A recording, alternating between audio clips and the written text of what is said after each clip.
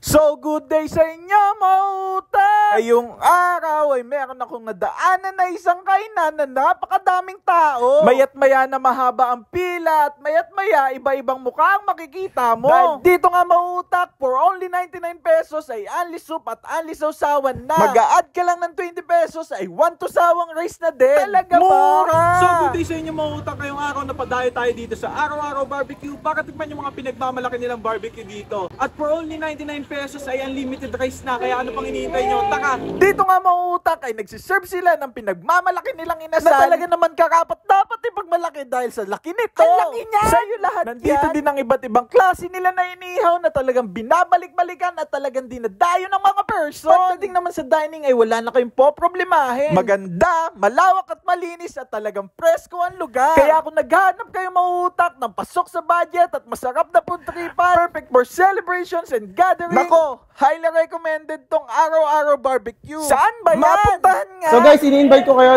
dito na pumunta sa Araw-Araw Barbecue. Located lang siya sa Ilocos Street, Barangay Madiran. Malapit lang siya sa GMA Central Terminal and Seventh-day Adventist Church. Open kami mula 11 AM hanggang 10:30 PM. So guys, tara na. Barbecue na. So paano, mautak? Hanggang dito na lang din siguro. Maraming salamat sa pagsama. Mr. Mautak once again, sending love, peace, pew, pew, pew.